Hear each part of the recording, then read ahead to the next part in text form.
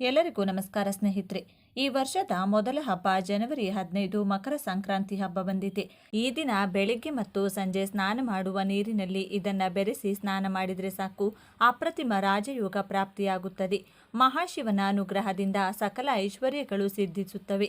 ಅಷ್ಟೇ ಅಲ್ಲದೆ ಹುಣ್ಣಿಮೆ ದಿನದಂದು ನೀರಿನಲ್ಲಿ ಇದನ್ನ ಬೆರೆಸಿ ಸ್ನಾನ ಮಾಡಿದರೆ 1 ಗಂಟೆಯಲ್ಲಿ ಕಷ್ಟಗಳು ದುಃಖಗಳು ದೂರವಾಗುತ್ತವೆ. ಹೀಗೆ ಸ್ನಾನ ಮಾಡೋದ್ರಿಂದ ನಿಮ್ಮ ಜನ್ಮಗಳ ಪಾಪಗಳು ದೂರವಾಗಿ ಕೋಟಿ ಜನ್ಮಗಳ ಪುಣ್ಯ ಬರುತ್ತದೆ. ನಿಮ್ಮ ದೇಹದ ರೋಗಗಳು ಮಾನಸಿಕ ಕಾಯಿಲೆಗಳು ದೂರವಾಗುತ್ತವೆ. ನಿಮ್ಮ ದೇಹಕ್ಕೆ ಹೊಸ ಚೈತನ್ಯ ಮತ್ತು ಉಲ್ಲಾಸ ಬರುತ್ತದೆ. ಇದರ ಬಗ್ಗೆ ಸಂಪೂರ್ಣ ಮಾಹಿತಿ ನೋಡೋಣ ಬನ್ನಿ. ಅದಕ್ಕೂ ಮುಂಚೆ ನೀವಿನ್ನು ಚಾನಲ್ಗೆ ಸಬ್ಸ್ಕ್ರೈಬ್ ಆಗಿಲ್ಲ ಅಂದರೆ ಈಗಲೇ ಸಬ್ಸ್ಕ್ರೈಬ್ ಆಗಿ, ಹಾಗೆ ವಿಡಿಯೋಗೆ ಲೈಕ್ ಮಾಡಿ, ವಿಡಿಯೋ ಸ್ಕಿಪ್ ಮಾಡದೆ ಕೊನೆ ತನಕ ನೋಡಿ. ಎಲ್ಲರೂ ಭಕ್ತಿಯಿಂದ ಓಂ ನಮಃ ಶಿವಾಯ ಅಂತ ಕಮೆಂಟ್ ಮಾಡಿ. ಮಹಿಳೆಯರು ಬೆಳಿಗ್ಗೆ ಬೇಗ ಎದ್ದು ತಣ್ಣೀರಿನ ಸ್ನಾನ ಮಾಡಿ ಮನೆಯನ್ನು ಸ್ವಚ್ಛಗೊಳಿಸಬೇಕು. ಮನೆಗೆಲ್ಲ ಅರಿಶಿನ ನೀರು ಚಿಮುಕಿಸಬೇಕು. ಬಾಗಿಲಿಗೆ ಅರಿಶಿನ ಹಚ್ಚಿ ಕುಂಕುಮ ಇಟ್ಟು ಮನೆಯ ಮುಂದೆ ಸುಂದರವಾದ ರಂಗೋಲಿ ಹಾಕಬೇಕು. ಈ ದಿನ ಮೊದಲು ಪೂಜಾ ಕೋಣೆಯಲ್ಲಿ ದೀಪವನ್ನು ಹಚ್ಚಿ ನಂತರ ತುಳಸಿ ಕಟ್ಟೆಯ ಬಳಿಯೂ ದೀಪವನ್ನು ಹಚ್ಚಬೇಕು. ಅದೇ ರೀತಿ ನಿಮಗೆ ಯಾವುದೇ ಸಮಯದಲ್ಲಿ ನಾಯಿ ಕಂಡರೆ ಆ ನಾಯಿಗೆ ಹಾಲು ಮತ್ತು ಸಕ್ಕರೆ ಬೆರೆಸಿದ ಅನ್ನವನ್ನು ಹಾಕಿ. ಹೀಗೆ ಮಾಡೋದ್ರಿಂದ ಜನ್ಮಾಂತರದ ಪಾಪಗಳು ದೂರವಾಗುತ್ತವೆ, ಮಹಾಪುಣ್ಯ ಬರುತ್ತದೆ. ನೀವು ಶಿವಾಲಯಕ್ಕೆ ಹೋದಾಗ ಅಲ್ಲಿ ಸಾಮಾನ್ಯ ದೀಪದ ಜೊತೆಗೆ 1 ನೆಲ್ಲಿಕಾಯಿ ದೀಪವನ್ನು ಅಥವಾ 1 ತೆಂಗಿನಕಾಯಿ ದೀಪವನ್ನು ಅಥವಾ 1 ದತ್ತೂರಿ ದೀಪವನ್ನು ಹಚ್ಚಿ. ಹಾಗೆ ಹಚ್ಚಿದರೆ ಪರಮೇಶ್ವರನ ಸಂಪೂರ್ಣ ಅನುಗ್ರಹ ಪ್ರಾಪ್ತಿಯಾಗುತ್ತದೆ, ಅಷ್ಟೈಶ್ವರ್ಯ ಪ್ರಾಪ್ತಿಯಾಗುತ್ತದೆ. ಈ ಪವಿತ್ರ ದಿನದಂದು ಸುಮಂಗಲಿ ಸ್ತ್ರೀಯರು ಭಕ್ತಿ ಶ್ರದ್ಧೆಗಳಿಂದ ಬೋಲಾಶಂಕರನನ್ನು ಪೂಜಿಸಿದರೆ ದೀರ್ಘ ಸುಮಂಗಲಿ ಭಾಗ್ಯ ಲಭಿಸುತ್ತದೆ ಎಂದು ನಂಬುತ್ತಾರೆ. ಅಷ್ಟೇ ಅಲ್ಲದೆ ಸೂರ್ಯೋದಯಕ್ಕೆ ಮುನ್ನ ಎದ್ದು ಹರಿಯುವ ನದಿಯಲ್ಲಿ ಸ್ನಾನ ಮಾಡಿ ಹರಹರ ಶಂಭೋ ಶಂಕರ, ಹರಹರ ಮಹಾದೇವ ಎಂದು ಈಶ್ವರನನ್ನು ನಮಿಸಿದರೆ ಎಲ್ಲ ಕಷ್ಟಗಳು ದೂರವಾಗಿ ಅಷ್ಟೈಶ್ವರ್ಯಗಳು ಲಭಿಸುತ್ತವೆ. ಉಪವಾಸವಿದ್ದು ಪರಮೇಶ್ವರನನ್ನ ಭಕ್ತಿ ಶ್ರದ್ಧೆಗಳಿಂದ ಪೂಜಿಸಬೇಕು. ಹೀಗೆ ಮಾಡೋದ್ರಿಂದ ಕೈಲಾಸವಾಸ ದರ್ಶನ ಭಾಗ್ಯ ಲಭಿಸುತ್ತದೆ ಎಂದು ಶಾಸ್ತ್ರಗಳಲ್ಲಿ ವಿವರಿಸಲಾಗಿದೆ. ಈಶ್ವರನಿಗೆ ಪ್ರಿಯವಾದ ದಿನ, ಅದರಲ್ಲೂ ಈ ಹುಣ್ಣಿಮೆ ಅಂದರೆ ಶಿವನಿಗೆ ಇನ್ನಷ್ಟು ಇಷ್ಟ. ಶಿವನಿಗೆ ವಿಶೇಷ ಪೂಜೆಗಳನ್ನು ಮಾಡೋದ್ರಿಂದ ವಿಶೇಷ ಫಲಿತಾಂಶಗಳು ಬರುತ್ತವೆ ಎಂದು ಅನೇಕರು ನಂಬುತ್ತಾರೆ. ಬೆಳಿಗ್ಗೆ ಬೇಗ ಎದ್ದು ಸ್ನಾನ ಮಾಡಿ ಮನೆಯಲ್ಲಿ ಮತ್ತು ತುಳಸಿ ಕಟ್ಟೆಯ ಬಳಿ ದೀಪಗಳನ್ನು ಹಚ್ಚಬೇಕು. ಪರಮೇಶ್ವರನನ್ನು ಪೂಜಿಸಬೇಕು. ಬಿಲ್ವ ಪತ್ರೆಯಿಂದ ಪೂಜೆ ಮಾಡಿದರೆ ತುಂಬ ಒಳ್ಳೆಯದು. ಶಿವನಿಗೆ ನಿಮ್ಮ ಮನೆಯಲ್ಲಿ ಸ್ವತಃ ತಯಾರಿಸಿದ ಪಾಯಸವನ್ನು ನೈವೇದ್ಯವಾಗಿ ಅರ್ಪಿಸಬೇಕು. ಇದನ್ನು ನೀವು ತೆಗೆದುಕೊಂಡು ಇತರರಿಗೆ ಪ್ರಸಾದವಾಗಿ ನೀಡಬೇಕು. ಈ ದಿನ ಉಪವಾಸ ಇರಬೇಕು. ಶಿವನಾಮ ಸ್ಮರಣೆ ಮಾಡುತ್ತಾ ಆ ದಿನವನ್ನು ಕಳೆಯಬೇಕು. ನಂತರ ಆ ದಿನ ಸಂಜೆ ಯಾವುದಾದರೂ ಪರಮೇಶ್ವರನ ದೇವಾಲಯಕ್ಕೆ ಹೋಗಿ ದೀಪವನ್ನು ಹಚ್ಚೋದ್ರಿಂದ ಸಕಲ ದೋಷಗಳಿಂದ ಮುಕ್ತಿ ಸಿಗುತ್ತದೆ. ಸಂಜೆ 6 ಗಂಟೆ ಸುಮಾರಿಗೆ ಪ್ರಸಿದ್ಧ ದೇವಾಲಯಗಳು ಅಥವಾ ಹತ್ತಿರದ ದೇವಾಲಯಗಳಿಗೆ ತಲುಪಿ ಪಂಚಮುಖಿ ದೀಪಗಳನ್ನು ಹಚ್ಚುವುದರಿಂದ ಶುಭ ಫಲಿತಾಂಶಗಳು ದೊರೆಯುತ್ತವೆ ಎಂದು ಪುರೋಹಿತರು ಹೇಳುತ್ತಾರೆ. ದೇವಾಲಯಕ್ಕೆ ಹೋಗಲು ಸಾಧ್ಯವಾಗದವರು ಸಂಜೆ ಸಂಧ್ಯಾ ಸಮಯದಲ್ಲಿ ಮನೆಯಲ್ಲಿ ಪರಮೇಶ್ವರನ ಮುಂದೆ ದೀಪಾರಾಧನೆಯನ್ನು ಮಾಡಬೇಕು. ಹೀಗೆ ಮಾಡೋದ್ರಿಂದ ಮನೆಯಲ್ಲಿ ಹಣ ಆಹಾರದ ಕೊರತೆ ಬಾರದೆ ನಿತ್ಯ ಸುಖ ಶಾಂತಿಗಳು ಲಭಿಸುತ್ತವೆ. ಅತ್ಯಂತ ಪವಿತ್ರವಾದ ಈ ದಿನದಂದು ಬೆಳಿಗ್ಗೆ ಮತ್ತು ಸಂಜೆ ಸ್ನಾನ ಮಾಡುವ ನೀರಿನಲ್ಲಿ 1 ಹಿಡಿ ಉತ್ತರಾಣಿ ಎಲೆಗಳನ್ನು ಅಥವಾ ಬಿಲ್ವಪತ್ರೆ ಎಲೆಗಳನ್ನು ಅಥವಾ 1 ಹಿಡಿ ಬೇವಿನ ಎಲೆಗಳನ್ನು ಹಾಕಿ ಸ್ನಾನ ಮಾಡಿದರೆ ಜನ್ಮಾಂತರದ ದಾರಿದ್ರ್ಯಗಳು ದೂರವಾಗುತ್ತವೆ. ಶರೀರದಲ್ಲಿರುವ ಎಲ್ಲ ರೋಗಗಳು ನಾಶವಾಗುತ್ತವೆ. ಮಹಾಶಿವನಿಗೆ ಉತ್ತರಾಣಿ ಎಲೆಗಳು ಎಂದರೆ ಬಹಳ ಇಷ್ಟ ಎಂದು ಶಿವಪುರಾಣ ಹೇಳುತ್ತದೆ. ಆದ್ದರಿಂದ 1 ಹಿಡಿ ಉತ್ತರಾಣಿ ಎಲೆಗಳನ್ನು ತಂದು ಆ ಎಲೆಗಳನ್ನು ಪೀಸ್ ಮಾಡಿ ನೀರಿನಲ್ಲಿ ಬೆರೆಸಿ ಸ್ನಾನ ಮಾಡಬೇಕು. ಉತ್ತರಾಣಿ ಎಲೆಗಳು ಸಿಗದವರು 5 ಬಿಲ್ವ ಪತ್ರೆಗಳನ್ನು ಕೈಯಿಂದ ಪೀಸ್ ಮಾಡಿ ನೀರಿನಲ್ಲಿ ಹಾಕಿ ಸ್ನಾನ ಮಾಡಬೇಕು. ಉತ್ತರಾಣಿ ಎಲೆಗಳು ಬಿಲ್ವಗಳು ಎರಡೂ ಕೂಡ ಸಿಗದವರು 1 ಹಿಡಿ ಬೇವಿನ ಎಲೆಗಳನ್ನು ತಂದು ನೀರಿನಲ್ಲಿ ಹಾಕಿ ಸ್ನಾನ ಮಾಡಬೇಕು. ಈ ಎಲೆಗಳನ್ನು 1 ಬಕೆಟ್ ನೀರಿನಲ್ಲಿ ಚಂದ್ರನ ಬೆಳಕಿನಲ್ಲಿಟ್ಟು ನಂತರ ಆ ನೀರಿನಿಂದ ಬೆಳಗಿನ ಜಾವ ಸ್ನಾನ ಮಾಡಬೇಕು. ಹೀಗೆ ಸ್ನಾನ ಮಾಡಿದರೆ ಎಲ್ಲ ರೀತಿಯ ದೃಷ್ಟಿ ದೋಷಗಳು ನರದೃಷ್ಟಿ ದೂರವಾಗುತ್ತದೆ. ದೇಹದಲ್ಲಿರುವ ಎಲ್ಲ ನಕಾರಾತ್ಮಕ ಶಕ್ತಿ ದೂರವಾಗಿ ಸಕಾರಾತ್ಮಕ ಶಕ್ತಿ ಬರುತ್ತದೆ. ಕಷ್ಟಗಳು ನೋವುಗಳು ದೂರವಾಗುತ್ತವೆ. ಪ್ರಾಪ್ತಿ ಉಂಟಾಗುತ್ತದೆ. ಕೋಟಿ ವರ್ಷಗಳ ಕಾಲ ಶಿವಲೋಕದಲ್ಲಿ ಜೀವಿಸಿರುತ್ತಾರೆ.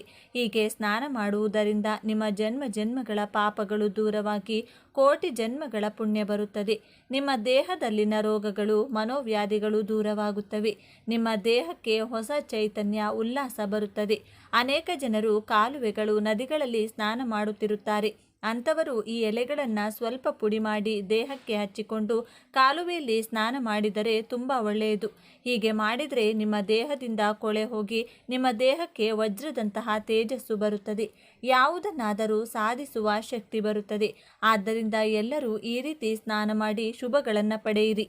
ದೇವರು ಶಿವ ಬೋಲಾಶಂಕರನಿಗೆ ಅಭಿಷೇಕ ಮಾಡಿಸುವುದರಿಂದ ಪರಿಪೂರ್ಣ ಜ್ಞಾನ ಮತ್ತು ದೈವಾನುಗ್ರಹವನ್ನು ಪಡೆಯಬಹುದು ಎಂದು ಪುರಾಣಗಳು ಹೇಳುತ್ತವೆ. ಅಭಿಷೇಕದ ಸಮಯದಲ್ಲಿ ದೈವ ವಿಗ್ರಹಗಳಿಂದ ಅತ್ಯಂತ ಅಮೂಲ್ಯವಾದ ಶಕ್ತಿಗಳು ಹೊರಹೊಮ್ಮುತ್ತವೆ. ಅಭಿಷೇಕಗಳೆಂದರೆ ದೇವತೆಗಳು ಪ್ರೀತಿ ಮಾಡುತ್ತಾರೆ. ಅಭಿಷೇಕ ಪ್ರಿಯ ಶಿವ. ಆದ್ದರಿಂದ ಶಿವನಿಗೆ ಅಭಿಷೇಕ ಮಾಡಿಸೋದ್ರಿಂದ ವಿಶೇಷ ಫಲಿತಾಂಶಗಳನ್ನು ಪಡೆಯಬಹುದು. ಸಾಮಾನ್ಯವಾಗಿ ಶಿವನನ್ನ ನೀರು ಅಥವಾ ಹಾಲಿನಿಂದ ಅಭಿಷೇಕ ಮಾಡ್ತಾರೆ. ದ್ರವ್ಯದಿಂದ ಅಭಿಷೇಕ ಮಾಡಿದರೂ ಫಲಿತಾಂಶ ಒಂದೇ ಆಗಿರುತ್ತದೆ ಎಂದು ಭಾವಿಸುತ್ತಾರೆ. ಆದರೆ ಮಹರ್ಷಿಗಳು ಆಯ್ಕೆ ಮಾಡಿದ ಪ್ರತಿಯೊಂದು ದ್ರವ್ಯದಿಂದ ಅಭಿಷೇಕ ಮಾಡೋದ್ರಿಂದ ಒಂದೊಂದು ಫಲಿತಾಂಶ ಸಿಗುತ್ತದೆ ಎಂದು ಹೇಳಲಾಗುತ್ತದೆ. ಶಿವನಿಗೆ ಕೆಲವು ಪದಾರ್ಥಗಳಿಂದ ಅಭಿಷೇಕ ಮಾಡಿಸಿದರೆ ನಿಮ್ಮ ಆಸೆಗಳು ಈಡೇರುತ್ತವೆ. ಮೊದಲಿಗೆ ಅರಿಶಿನ ಪುಡಿಯಿಂದ ಶಿವನಿಗೆ ಅಭಿಷೇಕ ಮಾಡಿಸಿದರೆ ಸರ್ಕಾರಿ ಅಧಿಕಾರಿಗಳಿಂದ ಸಕಾರಾತ್ಮಕ ಪ್ರತಿಕ್ರಿಯೆ ಸಿಗುತ್ತದೆ. ದೈವಾನುಗ್ರಹ ಸಿಗುತ್ತದೆ. ದೋಷಗಳು ನಿವಾರಣೆಯಾಗುತ್ತವೆ. ಅಕ್ಕಿ ಹಿಟ್ಟಿನಿಂದ ಅಭಿಷೇಕ ಮಾಡಿಸಿದರೆ ಸಾಲಬಾಧೆಗಳು ನಿವಾರಣೆಯಾಗುತ್ತವೆ. ಪಂಚಾಮೃತದಿಂದ ಶಿವನಿಗೆ ಅಭಿಷೇಕ ಮಾಡಿಸೋದ್ರಿಂದ ಅಷ್ಟೈಶ್ವರ್ಯಗಳು ಪ್ರಾಪ್ತವಾಗುತ್ತವೆ. ತುಪ್ಪದಿಂದ ಶಿವಾಭಿಷೇಕ ಮಾಡಿದರೆ ಮೋಕ್ಷ ಸಿಗುತ್ತದೆ. ಹಾಲಿನಿಂದ ಪರಮೇಶ್ವರನಿಗೆ ಅಭಿಷೇಕ ಮಾಡಿಸಿದರೆ ಆಯುಷ್ಯ ಹೆಚ್ಚಾಗುತ್ತದೆ. ಮೊಸರಿನಿಂದ ಶಿವಾಭಿಷೇಕ ಮಾಡೋದ್ರಿಂದ ಸಂತಾನ ಪ್ರಾಪ್ತಿಯಾಗುತ್ತದೆ. ಹಣ್ಣಿನ ರಸದಿಂದ ಶಿವಾಭಿಷೇಕ ಮಾಡಿದರೆ ಆರೋಗ್ಯ ಸಿಗುತ್ತದೆ. ಅನಾರೋಗ್ಯಗಳು ಮಾಯವಾಗುತ್ತವೆ. ಕಬ್ಬಿನ ರಸದಿಂದ ಶಿವಾಭಿಷೇಕ ಮಾಡಿಸಿದರೆ ಆಯುಷ್ಯದ ಜೊತೆಗೆ ಸಂಪೂರ್ಣ ಆರೋಗ್ಯ ಲಭಿಸುತ್ತದೆ. ನಿಂಬೆ ರಸದಿಂದ ಶಿವಾಭಿಷೇಕ ಮಾಡಿದರೆ ಶತ್ರು ಭಯ ಇರುವುದಿಲ್ಲ. ತೆಂಗಿನ ನೀರಿನಿಂದ ಶಿವಾಭಿಷೇಕ ಮಾಡಿದರೆ ಉನ್ನತ ಪದವಿಗಳು, ಸ್ಥಾನಮಾನ, ಗೌರವ, ಕೀರ್ತಿ ಲಭಿಸುತ್ತದೆ. ನೆಲ್ಲಿಕಾಯಿ ಪುಡಿಯಿಂದ ಶಿವಾಭಿಷೇಕ ಮಾಡಿಸಿದರೆ ರೋಗಗಳು ಮಾಯವಾಗುತ್ತವೆ. ಪನ್ನೀರಿನಿಂದ ಶಿವಾಭಿಷೇಕ ಮಾಡಿಸಿದರೆ ಸಂತೋಷದ ಜೀವನ ಪ್ರಾಪ್ತಿಯಾಗುತ್ತದೆ. ಚಂದನದಿಂದ ಶಿವಾಭಿಷೇಕ ಮಾಡೋದ್ರಿಂದ ಕೀರ್ತಿ ಪ್ರತಿಷ್ಠೆಗಳು ಹೆಚ್ಚುತ್ತವೆ. ನೀರಿನಿಂದ ಶಿವಾಭಿಷೇಕ ಮಾಡಿದರೆ ಕಳೆದು ಹೋದ ದ್ರವ್ಯವನ್ನು ಮತ್ತೆ ಪಡೆಯಬಹುದು. ಮೊಸರಿನಿಂದ ಅಭಿಷೇಕ ಮಾಡಿದರೆ ಬಲ, ಆರೋಗ್ಯ ಲಭಿಸುತ್ತದೆ. ಮಹಾಪಾಪಗಳು ನಾಶವಾಗುತ್ತವೆ. ಅದೇ ರೀತಿ ಅನ್ನಾಭಿಷೇಕದಿಂದ ಯಾವುದೇ ತೊಂದರೆಗಳಿರುವುದಿಲ್ಲ. ಸಕಲ ಸಂತೋಷಗಳು ಲಭಿಸುತ್ತವೆ. ಜೇನುತುಪ್ಪದಿಂದ ಶಿವನಿಗೆ ಅಭಿಷೇಕ ಮಾಡಿದರೆ ಅದ್ಭುತವಾದ ಪಾತ್ರವನ್ನು ಪಡೆಯುತ್ತಾರೆಂದು ಆಧ್ಯಾತ್ಮಿಕ ಹಿರಿಯರು ಹೇಳುತ್ತಾರೆ. ಪವಿತ್ರವಾದ ದಿನದಂದು ನೀವು ಈ ಮರವನ್ನು ಮುಟ್ಟಿದರೆ ಸಾಕು, ನರಕದ ಕಷ್ಟಗಳು ದೂರವಾಗುತ್ತವೆ. ಕೈಲಾಸ ಪ್ರಾಪ್ತಿಯಾಗುತ್ತದೆ. 1000 ವರ್ಷಗಳ ಕಾಲ ಶಿವಲೋಕದಲ್ಲಿ ಜೀವಿಸುತ್ತೀರಿ. ಲಾಭವಾಗುತ್ತದೆ. ಕೋಟಿ ಮಳೆ ಸುರಿಯುತ್ತದೆ ಎಂದು ಶಾಸ್ತ್ರಗಳು ಹೇಳುತ್ತವೆ. ಈ ದಿನ ಬಿಲ್ವಪತ್ರೆಯ ಮರವನ್ನು ಸ್ಪರ್ಶಿಸಿದರೆ ಸಾಕು, ಶಿವಾನುಗ್ರಹ ಉಂಟಾಗುತ್ತದೆ. ಎಲ್ಲ ಕಷ್ಟಗಳು ದೂರವಾಗಿ ನಮ್ಮ ಜೀವನ ಅದ್ಭುತವಾಗಿ ಬದಲಾಗುತ್ತದೆ. ಏಕೆಂದರೆ ಈ ದಿನ ಬಿಲ್ವಪತ್ರೆ ಮರವನ್ನು ಸ್ಪರ್ಶಿಸಿದರೆ ದೇಹದಲ್ಲಿನ ದೋಷಗಳು, ರೋಗಗಳು, ನಕಾರಾತ್ಮಕ ಶಕ್ತಿಗಳು ದೂರವಾಗುತ್ತವೆ. ನಿಮಗೆ ಅಚಲವಾದ ರಾಜಯೋಗ ಪ್ರಾಪ್ತಿಯಾಗುತ್ತದೆ. ನಿಮ್ಮಲ್ಲಿರುವ ಸಮಸ್ಯೆಗಳು, ಕಷ್ಟಗಳು ದೂರವಾಗುತ್ತವೆ. ಆದ್ದರಿಂದ ನಿಮಗೆ ಎಲ್ಲಿ ಬಿಲ್ವಪತ್ರೆ ಮರ ಕಂಡರೂ ಆ ಮರಕ್ಕೆ ಹೇಳಿ ಸ್ವಲ್ಪ ನೀರು ಹಾಕಿ ನಂತರ ಬಿಲ್ವಪತ್ರೆ ಮರದ ಸುತ್ತಲೂ 3 ಪ್ರದಕ್ಷಿಣೆ ಮಾಡಿ ನಂತರ ಬಿಲ್ವಪತ್ರೆ ಮರವನ್ನು 11 ಬಾರಿ ಸ್ಪರ್ಶಿಸಿ. ಹಾಗೆ ಸ್ಪರ್ಶಿಸುವಾಗ ನಿಮ್ಮ ಮನಸ್ಸಿನಲ್ಲಿರುವ ಆಸೆಯನ್ನು ಹೇಳಿಕೊಳ್ಳಿ. ಹಾಗೆ ಹೇಳ್ಕೊಳ್ಳೋದ್ರಿಂದ ನಿಮ್ಮ ಆಸೆ ಬೇಗನೆ ಈಡೇರುತ್ತದೆ. ಹೀಗೆ ಬಿಲ್ವಪತ್ರೆ ಮರವನ್ನು ಸ್ಪರ್ಶಿಸಿದ ನಂತರ ಆ ಮರದ ಕೆಳಗೆ ಒಂದು ಮಣ್ಣಿನ ದೀಪವನ್ನು ಹಸುವಿನ ತುಪ್ಪ ಅಥವಾ ಎಳ್ಳೆಣ್ಣೆ ಹಾಕಿ 3 ಬತ್ತಿಗಳನ್ನು ಹಾಕಿ ಒಂದು ದೀಪವನ್ನು ಹಚ್ಚಿ ನಂತರ ಸ್ವಲ್ಪ ಸಮಯ ಬಿಲ್ವಪತ್ರೆ ಮರದ ಬಳಿ ಕುಳಿತುಕೊಳ್ಳಿ. ಬಿಲ್ವಪತ್ರೆ ಮರದಿಂದ ಬರುವ ಗಾಳಿಯನ್ನು ಉಸಿರಾಡಿ. ಹಾಗೆ ಉಸಿರಾಡುವುದರಿಂದ ನಿಮಗೇನಾದರೂ ರೋಗಗಳು, ನೋವುಗಳಿದ್ರೆ ದೂರವಾಗುತ್ತದೆ. ಇದನ್ನೆಲ್ಲ ಮಾಡುವ ಸಮಯವಿಲ್ಲ ಎಂದು ಭಾವಿಸುವವರು ಬಿಲ್ವಪತ್ರೆಯ ಮರವನ್ನು ಸ್ಪರ್ಶಿಸಿದರೆ ಸಾಕು. ಅದರಲ್ಲಿರುವ ಅದ್ಭುತ ಶಕ್ತಿಗಳು ನಿಮ್ಮ ದೇಹವನ್ನು ಪ್ರವೇಶಿಸಿ ನಿಮ್ಮದಾಗುತ್ತದೆ. ಸಕಲ ದೇವತೆಗಳ ಅನುಗ್ರಹ ಲಭಿಸುತ್ತದೆ. ಪರಮೇಶ್ವರನ ಅನುಗ್ರಹ ಲಭಿಸುತ್ತದೆ. ಎಷ್ಟೇ ಪೂಜೆಗಳನ್ನು ಮಾಡಿದ್ರು, ಎಷ್ಟೇ ವ್ರತಗಳನ್ನು ಮಾಡಿದ್ರು, ಯಾವುದೇ ಪರಿಹಾರವನ್ನು ಪಾಲಿಸಿದ್ರು ನಮಗಿರುವ ಹಣದ ಸಮಸ್ಯೆಗಳು ಕೋರ್ಟ್ಗೆ ಸಮಸ್ಯೆಗಳು, ಭೂಮಿಯ ವಿವಾದಗಳು ಬಗೆಹರಿಯುತ್ತಿಲ್ಲ. ಬಡತನದ ಜೀವನದಿಂದ ಹೊರಬರೋದಕ್ಕೆ ದಾರಿ ಕಾಣಿಸ್ತಿಲ್ಲ. ಶತ್ರುಗಳು ಹೆಜ್ಜೆ ಹೆಜ್ಜೆಗೂ ನಮ್ಮನ್ನ ಅವಮಾನಿಸುತ್ತಾರೆ, ನಿಂದಿಸುತ್ತಾರೆ. ಎಷ್ಟೇ ಪ್ರಯತ್ನ ಮಾಡಿದರೂ ನಾವು ಉದ್ಧಾರ ಆಗ್ತಿಲ್ಲ ಅನ್ನೋದಾದ್ರೆ ಈ ಮರದ ಬೇರನ್ನ ಮನೆಯ ಬಾಗಿಲಿಗೆ ಕಟ್ಟಿದ್ರೆ ಸರ್ವ ದೇವತೆಗಳ ರಕ್ಷಣೆ ಮನೆಗೆ ಸಿಗುತ್ತದೆ. ಈ ಬೇರಿನ ಕೆಳಗೆ ಕುಟುಂಬದವರು ದಿನವೂ ಓಡಾಡಿದ್ರೆ ಕಷ್ಟಗಳೆಲ್ಲ ಮಂಜಿನಂತೆ ಕರಗಿ ಹೋಗುತ್ತದೆ. ಜೀವನದಲ್ಲಿನ ಎಲ್ಲ ವಿಧವಾದ ಸಮಸ್ಯೆಗಳು ದೂರವಾಗಲು, ಹಣದ ಏಳಿಗೆ, ನೆಮ್ಮದಿಯನ್ನ ಪಡೆಯಲು ಬಾಗಿಲಿಗೆ ಯಾವ ಬೇರನ್ನ ಕಟ್ಟಬೇಕು, ಯಾವ ವಸ್ತುವನ್ನ ಮಣ್ಣಿನಲ್ಲಿ ಊತಿಟ್ರೆ ಶುಕ್ರನ ಬಲ ಹೆಚ್ಚಾಗಿ ಧನಾಕರ್ಷಣೆಯಾಗುತ್ತದೆ ಎಂದು ಇವತ್ತಿನ ಈ ವಿಡಿಯೋದಲ್ಲಿ ಸಂಪೂರ್ಣವಾಗಿ ತಿಳಿಸಿಕೊಡ್ತೀನಿ. ಬನ್ನಿ. ಅದಕ್ಕೂ ಮುನ್ನ ನೀವಿನ್ನು ಚಾನಲ್ಗೆ ಸಬ್ಸ್ಕ್ರೈಬ್ ಆಗಿಲ್ಲ ಅಂದರೆ ಈಗಲೇ ಸಬ್ಸ್ಕ್ರೈಬ್ ಆಗಿ, ಹಾಗೆ ವಿಡಿಯೋಗೆ ಲೈಕ್ ಮಾಡಿ, ವಿಡಿಯೋ ಸ್ಕಿಪ್ ಮಾಡದೆ ಕೊನೆ ತನಕ ನೋಡಿ. ಎಲ್ಲರೂ ಭಕ್ತಿಯಿಂದ ಓಂ ಶ್ರೀ ಮಹಾಲಕ್ಷ್ಮಿ ನಮಃ ಅಂತ ಕಮೆಂಟ್ ಮಾಡಿ. ಒಬ್ಬ ಮನುಷ್ಯ ಜೀವನದಲ್ಲಿ ಏಳಿಗೆ ಕಾಣಬೇಕು, ಶ್ರೀಮಂತಿಕೆ ನೋಡಬೇಕು ಅಂದರೆ ಗ್ರಹಗಳಲ್ಲಿ ಅತಿ ಮುಖ್ಯವಾಗಿ ಗುರುಬಲ ಇರಬೇಕು. ಜೊತೆಗೆ ಶುಕ್ರನ ಬಲ ಇರಲೇಬೇಕು. ನವಗ್ರಹಗಳಲ್ಲಿ ಗುರುಗ್ರಹದ ನಂತರ ಅತ್ಯಂತ ಶಕ್ತಿಶಾಲಿ ಗ್ರಹವೆಂದರೆ ಅದು ಶುಕ್ರಗ್ರಹ. ಶುಕ್ರನ ಬಲ ಹೆಚ್ಚಾಗಲು ಪ್ರತಿ ಶುಕ್ರವಾರ ಸ್ನಾನ ಮಾಡುವ ನೀರಿಗೆ 1-2 ಏಲಕ್ಕಿಯನ್ನು ನೆನೆಸಿ ನಂತರ ಸ್ನಾನ ಮಾಡಬೇಕು. ಇದರಿಂದ ಸದಾ ಶುಕ್ರನ ಅನುಗ್ರಹ ನಿಮ್ಮ ಜೊತೆಗೆ ಇರುತ್ತದೆ. ಮೈತುಂಬ ಸಾಲ ಮಾಡ್ಕೊಂಡಿದ್ದೀವಿ ಗುರುಗಳೇ, ಯಾವ ಕೆಲಸಕ್ಕೆ ಕೈ ಹಾಕಿದರೂ ನಷ್ಟ ಆಗುತ್ತೆ, ನಮಗೆ ಅಂತ 1 ರೂಪಾಯಿ ಕೂಡ ಹುಟ್ಟುವುದಿಲ್ಲ, ಹಣದ ಸಮಸ್ಯೆಗಳಿಂದ ಜೀವನ ನರಕೆ ಆಗೋಗಿದೆ ಅಂದರೆ ಅದಕ್ಕೆ ಶುಕ್ರನ ಬಲ ಕಡಿಮೆಯಾಗಿದೆ ಎಂದರ್ಥ. ಶುಕ್ರನ ಬಲ ಇಲ್ಲದವರಿಗೆ ಸದಾ ಸ್ತ್ರೀಯರೊಂದಿಗೆ ಗಲಾಟೆ ಜಗಳಗಳು ನಡೆಯುತ್ತದೆ. ಸ್ತ್ರೀ ಸಂತಾನದ ಜೊತೆಗೆ ಸದಾ ಕಲಹದಲ್ಲಿ ಮುಳುಗಿರ್ತೀರಾ. ಸ್ವತಃ ತಮ್ಮ ತಾಯಿಯೊಂದಿಗೆ, ಸಹೋದರಿಯರೊಂದಿಗೆ, ಪತ್ನಿಯೊಂದಿಗೆ ಕೂಡ ಯಾವಾಗಲೂ ಕಲಹಗಳು ನಡೆಯುತ್ತಲೇ ಇರುತ್ತೆ. ಆಗ ನಿಮಗೆ ಶುಕ್ರನ ಬಲ ಇಲ್ಲವೆಂದು ಅರ್ಥ ಮಾಡಿಕೊಳ್ಳಬೇಕು. ಅಂತಹ ಸಮಯದಲ್ಲಿ ಶುಕ್ರನ ಬಲ ಹೆಚ್ಚಿಸಿಕೊಳ್ಳಲು ಸ್ತ್ರೀಯರನ್ನು ಸದಾ ಗೌರವಿಸಬೇಕು. ಯಾರು ಸ್ತ್ರೀಯರನ್ನ ಗೌರವಪೂರ್ವಕವಾಗಿ ಕಾಣುತ್ತಾರೋ, ಸ್ತ್ರೀಯರನ್ನ ಗೌರವಿಸುತ್ತಾರೋ ಅವರಿಗೆ ಶುಕ್ರನ ಅನುಗ್ರಹ ಬಲ ಇದ್ದಂತಿರುತ್ತದೆ. ಇದರಿಂದ ಹಣಕಾಸಿನ ಸಮಸ್ಯೆಗಳು ಹತ್ತಿರ ಸುಳಿಯೋದಿಲ್ಲ. ಎಷ್ಟೇ ಕಷ್ಟ ಬಂದರೂ ಆ ಕಷ್ಟದಿಂದ ಹೊರಬರಲು ಶುಕ್ರನೇ ದಾರಿಯನ್ನ ತೋರಿಸ್ತಾನೆ. ಮನೆಗೆ ಸಮೀಪದಲ್ಲಿರುವಂಥ ಯಾವುದಾದರೂ ದೇವಾಲಯಗಳಿಗೆ ನಿಮ್ಮ ಕಷ್ಟ ಕಣ್ಣೀರು ಕಳೆಯುವ ತನಕ ನಿಮ್ಮ ಕೈಲಾದಷ್ಟು ಹಸುವಿನ ತುಪ್ಪವನ್ನು ನೀಡಿ ಬನ್ನಿ. ನೀವು ಕೊಟ್ಟಂತಹ ತುಪ್ಪ ಆ ದೇಗುಲದ ದೀಪಗಳಿಗೆ, ಆ ದೇಗುಲದಲ್ಲಿ ಮಾಡುವಂತಹ ಪ್ರಸಾದ ನೈವೇದ್ಯಗಳಿಗೆ ಬಳಸಿದರೆ ನಿಮ್ಮ ಕರ್ಮ ಕಳೆಯುತ್ತಾ ಬರುತ್ತದೆ. ಜಾತಕದಲ್ಲಿ ಶುಕ್ರನ ಬಲ ಇದರಿಂದ ಹೆಚ್ಚಾಗ್ತಾ ಹೋಗುತ್ತದೆ. ಆರೋಗ್ಯ, ಹಣಕಾಸು, ಸಂಸಾರ, ವಿದ್ಯೆ, ಉದ್ಯೋಗ ಪ್ರತಿ ವಿಚಾರದಲ್ಲೂ ಪ್ರತಿ ರಂಗದಲ್ಲೂ ಏಳಿಗೆಯಾಗುತ್ತದೆ. ಹಣದ ನೆಮ್ಮದಿಯನ್ನು ನೀವು ಇದರಿಂದ ಕಾಣಬಹುದು. ಒಂದಲ್ಲ ಒಂದು ಮೂಲದಿಂದ ಹಣ ಬಂದು ಸದಾ ಕೈನಲ್ಲಿ ದುಡ್ಡು ಚೆನ್ನಾಗಿ ಓಡಾಡುತ್ತದೆ. ಈಗಿನ ಕಾಲದಲ್ಲಿ ಪ್ರತಿಯೊಬ್ಬರಿಗೂ ಇರುವ ಮುಖ್ಯ ಸಮಸ್ಯೆ ಅಂದರೆ ಸಂಪಾದನೆ ಮಾಡಿದ್ದು ಕೈನಲ್ಲಿ ನಿಲ್ಲೋದಿಲ್ಲ. ಋಣಬಾಧೆಗಳಿಂದ, ಸಾಲದ ಸುಳಿ, ಹಣದ ವಿಪರೀತ ಸಮಸ್ಯೆ. ಒಂದು ದಿನವೂ ನೆಮ್ಮದಿಯಾಗಿ ನಿದ್ರಿಸಲು ಸಾಧ್ಯವಾಗುವುದಿಲ್ಲ. ಜೀವನದಲ್ಲಿ ಎಲ್ಲವನ್ನೂ ಕಳೆದುಕೊಂಡು ನೆಮ್ಮದಿಯೇ ಇಲ್ಲದ ಜೀವನವನ್ನು ನಡೆಸುತ್ತಿರುತ್ತಾರೆ. ಎಲ್ಲ ಪರಿಹಾರಗಳನ್ನು ಮಾಡಿ ಇನ್ಮೇಲೆ ಯಾವುದು ಬೇಡ ಭಗವಂತ ಇಟ್ಟ ರೀತಿ ಬದುಕು ಬಿಡೋಣ ಅನ್ನುವಷ್ಟು ನೊಂದಿರುತ್ತಾರೆ. ಅಂಥವರು ಈ ಒಂದು ಬೇರನ್ನು ಸ್ಪರ್ಶಿಸಿದರೆ, ಮನೆಯ ಬಾಗಿಲಿಗೆ ಈ ವಿಧಾನದಲ್ಲಿ ಕಟ್ಟಿದರೆ ಅದ್ಭುತಗಳು ಜೀವನದಲ್ಲಿ ನಡೆಯುವುದಕ್ಕೆ ಶುರುವಾಗುತ್ತದೆ. ಮೊದಲಿಗೆ ಜನಾಕರ್ಷಣೆ, ಧನಾಕರ್ಷಣೆ ಆಗಲು, ನೀವು ಅಂದುಕೊಂಡಂಥ ಕೆಲಸಗಳು ಆಗಲು, ಎಲ್ಲದರಲ್ಲೂ ಯಶಸ್ಸನ್ನು ಗಳಿಸಲು, ಹಣದ ಸಮಸ್ಯೆಯಿಂದ ಹೊರಬಂದು ನಿತ್ಯ ಸುಖಜೀವನವನ್ನು ನೋಡಲು ನಿಮಗೆ ಸಮಯ ಸಿಕ್ಕಾಗಲೆಲ್ಲ ಪ್ರಯಾಣಿಸುವಾಗಾಗಿರಬಹುದು, ಊಟ ಮಾಡುವಾಗಾಗಿರಬಹುದು, ಸ್ನಾನವಾದ ಬಳಿಕ ದೇವಾಲಯಗಳಿಗೆ ಹೋದಾಗ ಆಗಿರಬಹುದು. ರೀಂ ಶ್ರೀಂ ರೀಂ ಎಂಬ ಶಕ್ತಿಶಾಲಿ 3 ಅಕ್ಷರದ ಮಂತ್ರವನ್ನು ಹೇಳಿಕೊಳ್ಬೇಕು. ಇದರಿಂದ ಯಶಸ್ಸಿನ ಆಕರ್ಷಣೆಯಾಗುತ್ತದೆ. ಮಾಡುವ ಕೆಲಸದಲ್ಲಿ ಯಶಸ್ಸು, ಮನೋಸ್ಥೈರ್ಯ ಕೂಡ ವೃದ್ಧಿಯಾಗುತ್ತದೆ. ಇದರ ಜೊತೆಗೆ ಮನೆಯ ಬಾಗಿಲಿಗೆ ಈ ಶಕ್ತಿಯುತ ಬೇರನ್ನು ಕಟ್ಟಬೇಕು. ಈ ಬೇರು ಯಾವುದೆಂದರೆ ಆಲದ ಮರದ ಬೇರು.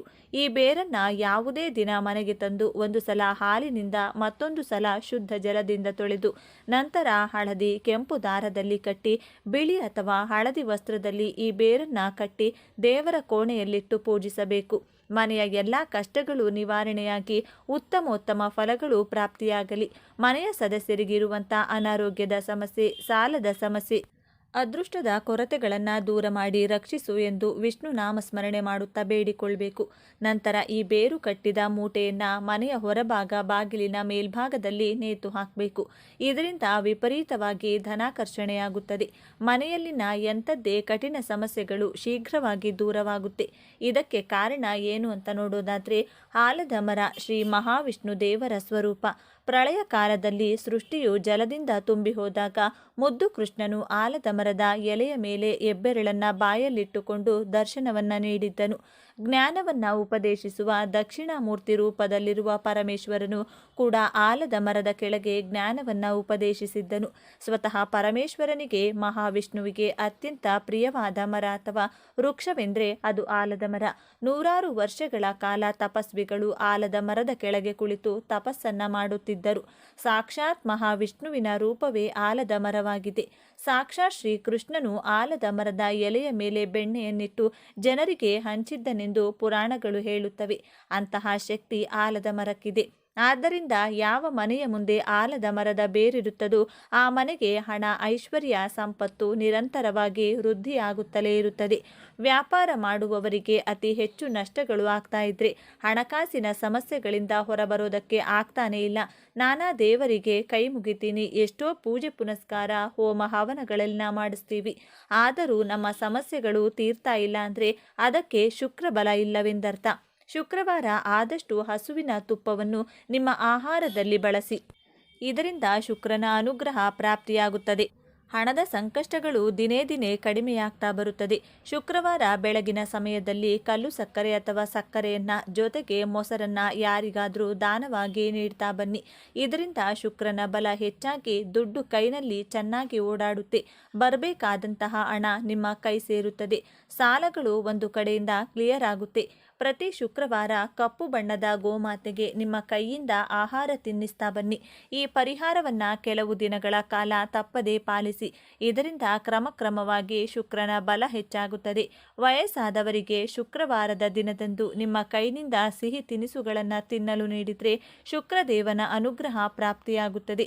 ಇಷ್ಟು ದಿನ ನಡೆಯುತ್ತಿದ್ದಂಥ ನಷ್ಟ ಕಷ್ಟಗಳ ಪ್ರಮಾಣ ಕಡಿಮೆಯಾಗಿ ಸುಖಜೀವನ ಪ್ರಾಪ್ತಿಯಾಗುತ್ತದೆ. ಇನ್ನು ಅತಿ ಮುಖ್ಯವಾಗಿ ಬೆಳ್ಳಿ ಲೋಹದಿಂದ ಒಂದು ಚಿಕ್ಕ ವೃತ್ತಾಕಾರದ ಪೆಂಡೆಂಟ್ನ ಮಾಡಿಸಿಕೊಂಡು ಸದಾ ನಿಮ್ಮ ಪರ್ಸ್ನಲ್ಲೋ ಜೇಬ್ನಲ್ಲೋ ಇಟ್ಟುಕೊಂಡು ನೋಡಿ. ಆವತ್ತಿನಿಂದಲೇ ನಿಮ್ಮ ಜೀವನ ಸಂಪೂರ್ಣವಾಗಿ ಬದಲಾಗುತ್ತದೆ. ಈ ವಸ್ತು ನಿಮ್ಮ ಜೊತೆಗಿದ್ದು ನೀವು ಮಾಡುವಂಥ ಯಾವುದೇ ಕಾರ್ಯಗಳಲ್ಲೂ ಯಶಸ್ಸು, ಹಣದ ಸಿಹಿ ಖಚಿತವಾಗಿ ಸಿಗುತ್ತದೆ. ಶುಕ್ರನ ಅನುಗ್ರಹದಿಂದ ಸರ್ವ ವಿಧವಾದಂತಹ ಶುಭ ಫಲಗಳು ಪ್ರಾಪ್ತಿಯಾಗುತ್ತೆ. ಶ್ರೀಮಂತಿಕೆ ಹೆಚ್ಚಾಗ್ತಾ ಹೋಗುತ್ತೆ. ಪ್ರತಿ ಶುಕ್ರವಾರ ಶುಕ್ರಬಲ ನಿಮಗೆ ಸಿಕ್ಕಿದೆ ಎಂದು ಅನುಭವ ಆಗೋ ತನಕವೂ ಆದ ನಂತರವೂ ಬಿಳಿ ಬಣ್ಣದ ವಸ್ತ್ರವನ್ನು ಬಳಸುತ್ತಾ ಬನ್ನಿ. ದೇಹವನ್ನು ಶುಚಿಯಾಗಿಟ್ಟುಕೊಂಡ್ರೆ ಶುಕ್ರನ ಬಲ ಹೆಚ್ಚಾಗುತ್ತದೆ. ಈ ವಿಷಯ ನೆನಪಿನಲ್ಲಿರಲಿ. ಸುಗಂಧ ದ್ರವ್ಯಗಳನ್ನು ದೇಹಕ್ಕೆ ಬಳಸಿ. ಸ್ನಾನದ ನೀರಿಗೂ ಸುಗಂಧ ದ್ರವ್ಯಗಳನ್ನು ಬೆರೆಸಿ ಸ್ನಾನವನ್ನು ಮಾಡ್ತಾ ಬನ್ನಿ. ಮಹಾಲಕ್ಷ್ಮೀ ದೇವಿಗೆ ಶುಕ್ರನ ಹೆಸರನ್ನು ಹೇಳುತ್ತಾ ಬಿಳಿ ಬಣ್ಣದ ಪುಷ್ಪಗಳನ್ನು ಅರ್ಪಿಸಿ. ಇದರಿಂದ ನಿಮ್ಮ ಹಣದ ಕಷ್ಟಗಳು ಕಡಿಮೆಯಾಗಿ ಕಡಿಮೆ ಅವಧಿಯಲ್ಲಿ ಶ್ರೀಮಂತಿಕೆಯನ್ನು ಕಾಣಬಹುದು. ಕಷ್ಟಪಟ್ಟು ದುಡಿಬೇಕು. ದೈವ ಮಾರ್ಗ ಸನ್ಮಾರ್ಗದಲ್ಲೇ ನಡೆಯಬೇಕು. ಕಷ್ಟ ಸುಖವೆಲ್ಲ ದೇವರು ನೀಡುವಂತಹ ವರವೆಂದು ಜೀವಿಸಬೇಕು. ಸುಲಭವಾಗಿ ಈ ಜಗತ್ತಿನಲ್ಲಿ ಏನೂ ಕೂಡ ಸಿಗೋದಿಲ್ಲ. ಅದನ್ನು ಮರೆಯಬಾರದು. ದೈವಶಕ್ತಿಯ ಅನುಗ್ರಹ ಸದಾ ಇರುತ್ತದೆ. ಹಾಗೆಯೇ ಮನೆಯಲ್ಲಿನ ಎಲ್ಲ ಕಷ್ಟಗಳು ಕಳೆದು ಹಣದ ಖರ್ಚು ಕಡಿಮೆಯಾಗಲು ಶಂಖವನ್ನು ಮನೆಯಲ್ಲಿಡಬೇಕು. ಇದರಿಂದ ಸ್ಥಿರಲಕ್ಷ್ಮಿಯ ಅನುಗ್ರಹ ಪ್ರಾಪ್ತಿಯಾಗುತ್ತದೆ. ಧನಾಕರ್ಷಣೆ ಉಂಟಾಗಿ ವಿಶೇಷ ಏಳಿಗೆಯನ್ನು ಮನೆಯಲ್ಲಿ ನೀವು ಕಾಣಬಹುದು. ತೀವ್ರವಾದ ಸಾಲದ ಸಮಸ್ಯೆಗಳಿದ್ದವರು ಹುಣ್ಣಿಮೆಗೂ ಮೊದಲು ಬರುವಂಥ ಬುಧವಾರದ ದಿನದಂದು ಸೂರ್ಯೋದಯಕ್ಕೂ ಮುನ್ನ ನಿಮ್ಮ ಮನೆಯ ದೇವರ ಕೋಣೆಯಲ್ಲಿ ಬೆಳ್ಳಿ ಲೋಹದಿಂದ ತಯಾರು ಮಾಡಿದ ಚಿಕ್ಕ ಆನೆಯ ಮೂರ್ತಿಯನ್ನಿಡಬೇಕು. ಮಹಾಲಕ್ಷ್ಮೀ ದೇವಿಗೆ ಆನೆಗಳೆಂದರೆ ಬಲು ಪ್ರೀತಿ. ಬೆಳ್ಳಿ ಲೋಹ ಚಂದ್ರನಿಗೆ ಪ್ರಿಯ. ಚಂದ್ರನಿಗೆ ಅಧಿಷ್ಠಾನ ದೇವತೆ. ಶ್ರೀ ಮಹಾಲಕ್ಷ್ಮೀ ದೇವಿ ಬೆಳ್ಳಿ ಆನೆಯ ವಿಗ್ರಹವನ್ನು ಮನೆಯಲ್ಲಿಟ್ಟು ಪೂಜಿಸುತ್ತಾ ಬಂದರೆ ಲಕ್ಷ್ಮೀ ಚಂದ್ರರ ಅನುಗ್ರಹದಿಂದ ಸಾಲಗಳು ಹಂತ ಹಂತವಾಗಿ ತೀರಿ ಹೋಗುತ್ತದೆ. ಇನ್ನು ಯಾವುದಾದ್ರೂ ಮಂಗಳವಾರದ ದಿನ ಒಂದು ಚಿಕ್ಕ ಪಾತ್ರೆ ಅಥವಾ ಬಟ್ಟಲಿನಲ್ಲಿ ಜೇನುತುಪ್ಪವನ್ನು ತುಂಬಿಸಿ ಆ ಬಟ್ಟಲನ್ನು ಯಾರೂ ಓಡಾಡದೇ ಇರುವಂಥ ನಿರ್ಜನ ಪ್ರದೇಶದಲ್ಲಿ ಚಿಕ್ಕದಾಗಿ ಗುಂಡಿ ತೆಗೆದು ಅದರೊಳಗೆ ಮುಚ್ಚಿ ಮನೆಗೆ ಬರಬೇಕು. ಜೇನುತುಪ್ಪವು ಶುಕ್ರನಿಗೆ ಪ್ರಿಯವಾದದ್ದು. ಈ ಕೆಲಸ ಮಾಡೋದ್ರಿಂದ ಶುಕ್ರನ ಬಲ ಹೆಚ್ಚಾಗುತ್ತದೆ. ಜೇನುತುಪ್ಪದ ಬಟ್ಟಲನ್ನ ಎಲ್ಲಾದರೂ ಹೂತಿಡಲು ಸಾಧ್ಯವಾಗದಿದ್ರೆ ದೈವ ವೃಕ್ಷಗಳ ಕೆಳಗೆ ಇರುವೆಗಳಿಗೆ ಆಹಾರವಾಗಿ ಹಾಕ್ತಾ ಬರಬೇಕು. ಇದರಿಂದಲೂ ಶುಕ್ರನ ಅನುಗ್ರಹ ಪ್ರಾಪ್ತಿಯಾಗುತ್ತೆ. ಹಣದ ಎಲ್ಲ ಸಮಸ್ಯೆ, ಸಾಲದ ಎಲ್ಲ ಕಷ್ಟಗಳು ಶೀಘ್ರವಾಗಿ ದೂರವಾಗಿ ಸುಖ ನೆಮ್ಮದಿಯ ಜೀವನವನ್ನ ನೀವು ನೋಡಬಹುದು. ಇನ್ನು ವ್ಯಾಪಾರಸ್ಥರು ವ್ಯಾಪಾರ ಚೆನ್ನಾಗಿ ನಡಿಬೇಕು. ನರದೃಷ್ಟಿ, ಅಕ್ಕಪಕ್ಕದ ಅಂಗಡಿಯವರ ದೃಷ್ಟಿ ದೂರವಾಗಿ ಚೆನ್ನಾಗಿ ವ್ಯಾಪಾರ ಆಗಲು 7 ಲಡ್ಡುಗಳಿಂದ ಮನೆಯವರ ಕೈನಲ್ಲಿ ದೃಷ್ಟಿಯನ್ನ ತೆಗೆಸಿಕೊಳ್ಬೇಕು. ಹೇಗೆಂದ್ರೆ 7 ಲಡ್ಡುಗಳನ್ನ ಕೈನಲ್ಲಿ ಹಿಡಿದು ನಿಮ್ಮ ತಲೆಯ ಸುತ್ತ 3 ಬಾರಿ, ಎಡಭಾಗದಿಂದ 3 ಬಾರಿ, ಬಲಭಾಗದಿಂದ ಸುತ್ತಿ ನಂತರ ಆ 7 ಲಡ್ಡುಗಳನ್ನು ಗೋಮಾತೆಗೆ ಅಥವಾ ಮೂಕಜೀವಿಗಳಿಗೆ, ಶ್ವಾನಗಳಿಗೆ ಆಹಾರವಾಗಿ ನೀಡಬೇಕು. ಇದರಿಂದ ಹಣದ ಎಲ್ಲ ಸಮಸ್ಯೆಗಳ ಜೊತೆಗೆ ವ್ಯಾಪಾರದಲ್ಲಿನ ಅಡೆತಡೆಗಳು, ಅಕ್ಕಪಕ್ಕದವರ ದೃಷ್ಟಿ ದೋಷಗಳು ಶೀಘ್ರವಾಗಿ ದೂರವಾಗಿ ವ್ಯಾಪಾರ ಚೆನ್ನಾಗಿ ನಡೆಯುತ್ತದೆ.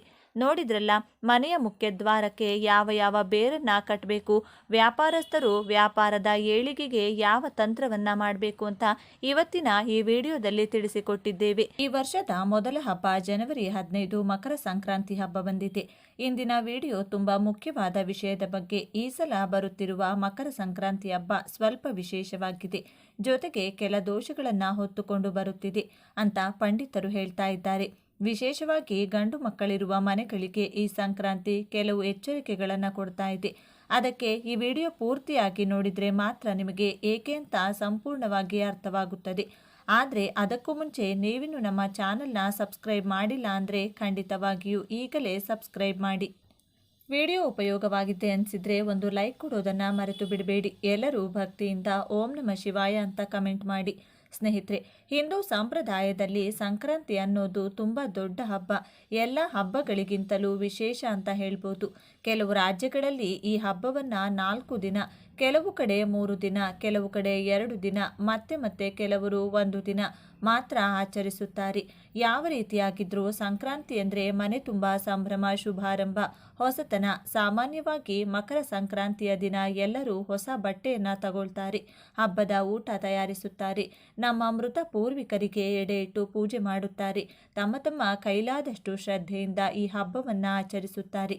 ಆದರೆ ಈ ಸಲದ ಸಂಕ್ರಾಂತಿ ಗಂಡು ಮಕ್ಕಳಿರುವವರಿಗೆ ಸ್ವಲ್ಪ ದೋಷಕಾರಕವಾಗಿದೆ ಅಂತ ಹೇಳಲಾಗ್ತಿದೆ. ಅದಕ್ಕೆ ನಮ್ಮ ಪಂಡಿತರು ಗಂಡು ಮಕ್ಕಳಿರುವವರು ತಪ್ಪದೆ ಒಂದು ವಿಶೇಷ ಪರಿಹಾರ ಮಾಡಬೇಕು ಅಂತ ಹೇಳಿದ್ದಾರೆ. ಮಾಡದೆ ಹೋದರೆ ಆ ದೋಷಗಳು ಅಂಟಿಕೊಳ್ಳುವ ಸಾಧ್ಯತೆ ಇರುತ್ತದೆ. ಮೊದಲು ಸಂಕ್ರಾಂತಿ ಮತ್ತು ಭೋಗಿ ದಿನದ ಸಾಮಾನ್ಯ ನಿಯಮಗಳು ಏನು ಅನ್ನೋದನ್ನು ನೋಡೋಣ. ಮಕರ ಸಂಕ್ರಾಂತಿ ದಿನವೂ ಭೋಗಿ ಹಬ್ಬದ ದಿನವೂ ಯಾವ ಕಾರಣಕ್ಕೂ ತಲೆ ಸ್ನಾನ ಮಾಡದೇ ಇರಬಾರದು. ಮನೆಯಲ್ಲಿ ಎಲ್ಲರೂ ತಲೆ ಸ್ನಾನ ಮಾಡಬೇಕು. ಇದು ತುಂಬ ಮುಖ್ಯವಾದ ನಿಯಮ. ಮತ್ತೊಂದು ಮುಖ್ಯವಾದ ವಿಚಾರ ಅಂದರೆ ಸಂಕ್ರಾಂತಿ ದಿನ ಉದ್ದಿನ ಬೇಳೆ, ಉದ್ದಿನ ಕಾಳು ಅಥವಾ ಉದ್ದಿನ ಬೇಳೆಯಿಂದ ತಯಾರಿಸಿದ ಪದಾರ್ಥಗಳನ್ನು ತಪ್ಪದೇ ತಿನ್ನಬೇಕು. ಹಿರಿಯರಿಗೆ ಎಡೆ ಇಡುವಾಗಲೂ ಉದ್ದಿನ ವಡೆ ಇಡಲೇಬೇಕು. ಯಾಕೆಂದರೆ ಈ ದಿನ ದೇವರ ಆಶೀರ್ವಾದಕ್ಕಿಂತಲೂ ಹೆಚ್ಚು ಪೂರ್ವಿಕರ ಆಶೀರ್ವಾದ ನಮ್ಮ ಕುಟುಂಬದ ಮೇಲೆ ಬೀಳುತ್ತದೆ. ಅವರ ಆಶೀರ್ವಾದದಿಂದ ಕುಟುಂಬಕ್ಕೆ ಶ್ರೇಯಸ್ಸು, ಏಳಿಗೆ ಬರುತ್ತದೆ. ಜೀವನ ಚಿನ್ನದಂತೆ ಬದಲಾಗುತ್ತದೆ ಅಂತ ನಂಬಿಕೆ ಇದೆ. ಇನ್ನೊಂದು ಬಹಳ ಮುಖ್ಯವಾದ ಕೆಲಸ ಅಂದರೆ ಸಂಕ್ರಾಂತಿ ಅಥವಾ ಭೋಗಿ ದಿನ ಒಬ್ಬರು ಅಥವಾ ಇಬ್ಬರು ಬ್ರಾಹ್ಮಣರಿಗೆ ಸ್ವಯಂ ಪಾಕ ದಾನ ಕೊಡಬೇಕು. ಸ್ವಯಂ ಪಾಕ ಅಂದರೆ ಆ ದಿನ ಅವರು ಅಡುಗೆ ಮಾಡಿ ತಿನ್ನಲು ಬೇಕಾದ ಎಲ್ಲ ಪದಾರ್ಥಗಳು, ಅಕ್ಕಿ, ಬೇಳೆ, ಉಪ್ಪು, ಹುಣಸೆ ಹಣ್ಣು, ಮೆಣಸಿನಕಾಯಿ, ತರಕಾರಿಗಳಲ್ಲಿ ಸೋರೆಕಾಯಿ ಮತ್ತು ಕುಂಬಳಕಾಯಿಯನ್ನು ತಪ್ಪದೇ ಇರಬೇಕು. ಜೊತೆಗೆ ದಂಟಿನ ಸೊಪ್ಪು ಮತ್ತು ಸ್ವಲ್ಪ ಕಪ್ಪು ಎಳ್ಳು ಕೂಡ ಸೇರಿಸಿಕೊಡಿ. ಈ ಸ್ವಯಂ ಪಾಕ ಕೊಡುವಾಗ ನಿಮ್ಮ ಕೈಲಾದಷ್ಟು ಹಣ 11 ರೂಪಾಯಿ, 101 ರೂಪಾಯಿ, 501 ರೂಪಾಯಿ, 1001 ರೂಪಾಯಿ ಅಥವಾ ನಿಮ್ಮ ಶಕ್ತಿಗೆ ತಕ್ಕಷ್ಟು ಕೊಟ್ಟು ಅವರ ಆಶೀರ್ವಾದ ಪಡೆಯಬೇಕು ಅಂತ ನಮ್ಮ ಶಾಸ್ತ್ರಗಳು ಹೇಳುತ್ತಿವೆ. ಇನ್ನೊಂದು ಬಹಳ ವಿಶೇಷ ನಿಯಮ ಅಂದರೆ ನೀವು ಸಂಕ್ರಾಂತಿ ಎಷ್ಟು ದಿನ ಆಚರಿಸುತ್ತೀರೋ ಆ ಎಲ್ಲ ದಿನವೂ ಸೂರ್ಯೋದಯಕ್ಕೂ ಮುಂಚೆ ಎದ್ದು ಸ್ನಾನ ಮಾಡಬೇಕು. ಸ್ನಾನಕ್ಕೆ ಸೋಪ್ ಬದಲು ಕಪ್ಪು ಎಳ್ಳಿನ ಪುಡಿ ದೇಹಕ್ಕೆ ಹಚ್ಚಿಕೊಂಡು ಸ್ನಾನ ಮಾಡಿದರೆ ತುಂಬ ಒಳ್ಳೆಯದು. ಇದು ಸಾಧ್ಯವಾಗದೇ ಇದ್ದವರು ಎಳ್ಳನ್ನೇ ಹಚ್ಚಿಕೊಂಡು ಅರ್ಧ ಗಂಟೆ ಬಿಟ್ಟು ಸ್ನಾನ ಮಾಡಬಹುದು. ಇದನ್ನೆಲ್ಲ ಸೂರ್ಯೋದಯಕ್ಕೂ ಮುಂಚೆ ಮುಗಿಸಬೇಕು. ಸಂಕ್ರಾಂತಿ ದಿನ ಮನೆ ಮುಂದೆ ರಂಗೋಲಿ ಹಾಕಿ, ಸಾಧ್ಯವಾದರೆ ರಂಗೋಲಿಯ ಮೇಲೆ ಸಗಣಿ ಉಂಡೆ ಇಟ್ಟು ಅದನ್ನು ಅರಿಶಿನ, ಕುಂಕುಮ, ಹೂವಿನಿಂದ ಅಲಂಕರಿಸಬೇಕು. ಮನೆ ಮುಂದೆ ಮಾವಿನ ಎಲೆ ತೋರಣ, ಬಾಗಿಲಿಗೆ ಚೆಂಡು ಹೂವಿನ ಮಾಲೆ ಹಾಕಬೇಕು. ಮನೆಯೊಳಗೆ ಕಲ್ಲುಪ್ಪು ಬೆರೆಸಿದ ನೀರಿನಿಂದ ಶುಚಿಗೊಳಿಸಬೇಕು. ಸ್ನೇಹಿತರೆ, ಸಂಕ್ರಾಂತಿ ಅಂದ್ರೇನೆ ದೊಡ್ಡ ಹಬ್ಬ. ಅದಕ್ಕೆ ಒಂದು ವಾರ ಮುಂಚೆ ಮನೆ ಕ್ಲೀನ್ ಮಾಡೋಕೆ ಶುರು ಮಾಡ್ತೀವಿ. ಯಾಕೆ ಅಂದರೆ ಆ ರೀತಿ ಮಾಡಿದರೆ ಮನೆಯಲ್ಲಿರುವ ಜ್ಯೇಷ್ಠಾದೇವಿ ನಕಾರಾತ್ಮಕ ಶಕ್ತಿಗಳು ಎಲ್ಲವೂ ಹೊರಟು ಹೋಗುತ್ತವೆ ಅನ್ನುವ ನಂಬಿಕೆ ಇದೆ. ಹಬ್ಬದ ದಿನಗಳಲ್ಲಿ ನೀರಿನಲ್ಲಿ ಸ್ವಲ್ಪ ಕಲ್ಲುಪ್ಪು ಹಾಕಿಕೊಂಡು ಸ್ನಾನ ಮಾಡಿದರೆ ಶನಿ ದೋಷಗಳು ಕೂಡ ಕಡಿಮೆಯಾಗುತ್ತವೆ. ಈ ದಿನ ದೇವರನ್ನ ಹೂವಿನಿಂದ ಅಲಂಕರಿಸಿ ಎಳ್ಳೆಣ್ಣೆಯಿಂದ ದೀಪ ಹಚ್ಚಿ ಪೂಜಿಸಬೇಕು. ಬಹಳ ಜನರಿಗೆ ಇರುವ ಕಾಮನ್ ಡೌಟ್ ಏನೆಂದರೆ ಸಂಕ್ರಾಂತಿ ದಿನ ಯಾವ ದೇವರನ್ನ ಪೂಜಿಸಬೇಕು. ಸಂಕ್ರಾಂತಿ ಹಬ್ಬದ ದಿನ ಶಿವನ ಪೂಜೆ ತುಂಬ ಮುಖ್ಯ. ಬೆಳಗಿನ ಜಾವವೇ ಕಪ್ಪು ಎಳ್ಳು ಬೆರೆಸಿದ ನೀರಿನಿಂದ ಶಿವನಿಗೆ ಅಭಿಷೇಕವನ್ನ ಮಾಡ್ತಾರೆ. ನೀವು ಅದನ್ನು ನೋಡಿದ್ರೂ ಕೂಡ ಶನಿದೋಷಗಳು ನಿವಾರಣೆಯಾಗುತ್ತದೆ. ಮನೆಯಲ್ಲಿ ಶಿವಲಿಂಗ ಇದ್ರೆ ಅಭಿಷೇಕ ಮಾಡಿ ನಂತರ ನಾರಾಯಣನ ಪೂಜೆ ಮಾಡಬೇಕು. ಅದಾದ ನಂತರ ಸಾಧ್ಯವಾದರೆ ನವಗ್ರಹ ದೇವಸ್ಥಾನಕ್ಕೆ ಹೋಗಿ ಅಲ್ಲಿ ಶನಿದೇವರಿಗೆ ಎಳ್ಳೆಣ್ಣೆಯಿಂದ ಅಭಿಷೇಕ ಮಾಡಿ ಕಪ್ಪು ಎಳ್ಳು ಮತ್ತು ಬೆಲ್ಲ ಬೆರೆಸಿ ತಯಾರಿಸಿದ 8 ಲಡ್ಡುಗಳನ್ನು ನೈವೇದ್ಯವಾಗಿಟ್ಟು ಎಳ್ಳೆಣ್ಣೆಯಿಂದ ದೀಪ ಹಚ್ಚಿ ಬರಬೇಕು. ಇದರಿಂದ 7 ನಾಟ್ ಶನಿ ಗ್ರಹವು ವಕ್ರದೃಷ್ಟಿ ಸೇರಿದಂತೆ ಎಲ್ಲ ಶನಿ ದೋಷಗಳು ದೂರವಾಗುತ್ತವೆ. ಈ ದಿನ ಬ್ರಾಹ್ಮಣರಿಗೆ ಮೊಸರು ದಾನ ಕೊಟ್ಟರೆ ತುಂಬ ಒಳ್ಳೆಯದು. ಇದರಿಂದ ಸಂತಾನ ಇಲ್ಲದವರಿಗೆ ಸಂತಾನ ಯೋಗ, ಹಾಗೆ ಮನೆಯಲ್ಲಿ ಹೆಣ್ಣು ಮಕ್ಕಳು ಮಾತ್ರ ಇದ್ದು ಗಂಡು ಮಕ್ಕಳ ಆಸೆ ಇದ್ದವರಿಗೆ ಪುತ್ರ ಸಂತಾನ ಯೋಗ ಬರುತ್ತದೆ ಎನ್ನುವ ನಂಬಿಕೆ ಇದೆ. ದಾನ ಮಾಡುವ ಮುಂಚೆ ಮನಸ್ಸಿನಲ್ಲಿ ನಿಮ್ಮ ಸಂಕಲ್ಪ ಹೇಳಿಕೊಳ್ಳಿ. ಒಂದು ವೇಳೆ ಹೊರಗಡೆ ಇದ್ದು ಇದನ್ನೆಲ್ಲ ಮಾಡಲು ಆಗದೇ ಇದ್ದರೆ ಕನಿಷ್ಠ ಶಿವ ಅಥವಾ ನಾರಾಯಣನ ದೇವಸ್ಥಾನಕ್ಕೆ ಹೋಗಿ ಬಂದರೂ ನಿಮ್ಮ ಕರ್ಮ ದೋಷಗಳು ಕಡಿಮೆಯಾಗುತ್ತವೆ. ಸಾಧ್ಯವಾದರೆ ಶಿವನಿಗೆ ಅಭಿಷೇಕ ಮಾಡಿಸಿ. ಈಗ ಮುಖ್ಯ ವಿಷಯಕ್ಕೆ ಬರೋಣ. ಈ ಸಂಕ್ರಾಂತಿ ಯಾಕೆ ದೋಷಗಳಿಂದ ಕೂಡಿದೆ? ಗಂಡು ಮಕ್ಕಳಿರುವವರು ಯಾವ ಪರಿಹಾರ ಮಾಡಬೇಕು? ಸ್ನೇಹಿತರೆ, ಗಂಡು ಮಕ್ಕಳು ಇರುವವರು ಈ ಪರಿಹಾರವನ್ನು ಸಂಕ್ರಾಂತಿ ದಿನ ಸಂಜೆ ಪ್ರದೋಷ ಕಾಲದಲ್ಲಿ ಅಂದರೆ ಸಂಜೆ 6ರಿಂದ ರಾತ್ರಿ 12 ಗಂಟೆಯ ಒಳಗಡೆ ತಪ್ಪದೆ ಮಾಡಬೇಕು. ಒಬ್ಬ ಮಗ ಇದ್ದರೂ ಹೆಚ್ಚು ಗಂಡು ಮಕ್ಕಳಿದ್ದರೂ ಪ್ರತಿ ಮಗುವಿಗೆ ಪ್ರತ್ಯೇಕವಾಗಿ ಮಾಡಬೇಕು.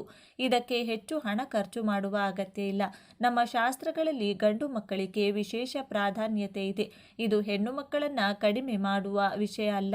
ಹೆಣ್ಣು ಮಕ್ಕಳು ಮದುವೆಯಾದ ಮೇಲೆ ಬೇರೆ ಮನೆಗೆ ಹೋಗ್ತಾರೆ. ವಂಶೋದ್ಧಾರ, ತಂದೆ ತಾಯಿಯ ಜವಾಬ್ದಾರಿ ಗಂಡು ಮಕ್ಕಳ ಮೇಲಿರುತ್ತದೆ ಅನ್ನೋ ಕಾರಣಕ್ಕೆ ಈ ಪ್ರಾಮುಖ್ಯತೆ ಅಷ್ಟೇ.